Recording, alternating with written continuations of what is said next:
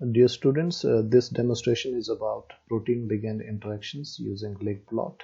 We'll be using a PDBsum web server for this, and we'll study molecular interactions of protein and ligands, and you will learn hydrogen bonds and 2D interactions for the same.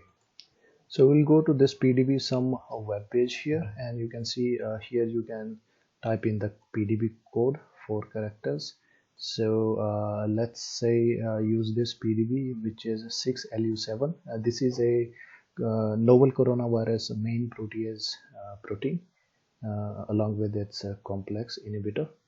So press on find, and then you will be led to this page, and you can see the general information about this protein. This is the PDB ID and the title of the paper where it was published in, and then you have this structure. This is a main protease of source SARS acute respiratory syndrome coronavirus 2 or 2019 novel coronavirus. Here is some information about the length of the protein and the secondary structure. You can also find the secondary structure information on this tab, which is a protein.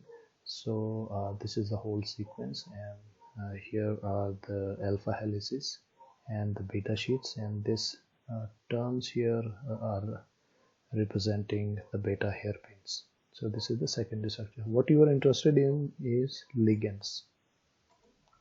So ligand is a inhibitor which is bound to this protein. You can see this is in light color, light purple color you have the protein, and this dark black color you have the ligand or the inhibitor, which is named N3 in this case. And you can scroll down and see additional information about your ligand.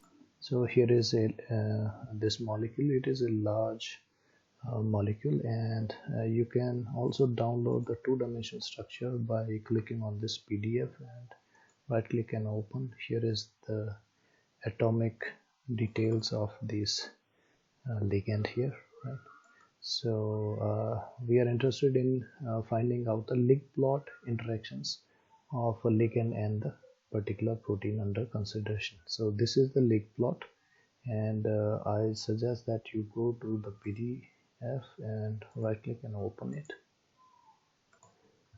This image gives you 2D interactions of the ligand and the protein. You'll find that your ligand or inhibitor is colored in purple.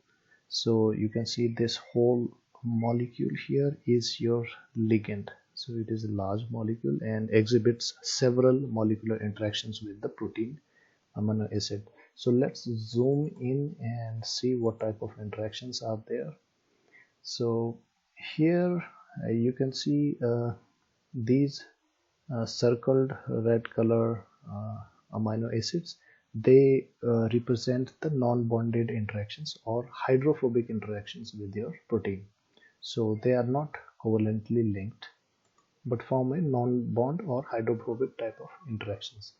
There are other interactions which are known as hydrogen bond interactions. So if you see these dotted hydrogen, these dotted green color lines represent the hydrogen bonds between the inhibitor and your protein amino acid. So in this case, this amino acid is threonine 190, and A means the chain of your protein, chain A of your protein.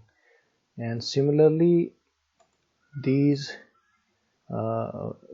these amino acids which form hydrogen bonds with the protein are represented in stick form and are given in this brownish color here, right? So there are several amino acids which are forming hydrogen bonds with your inhibitor, right?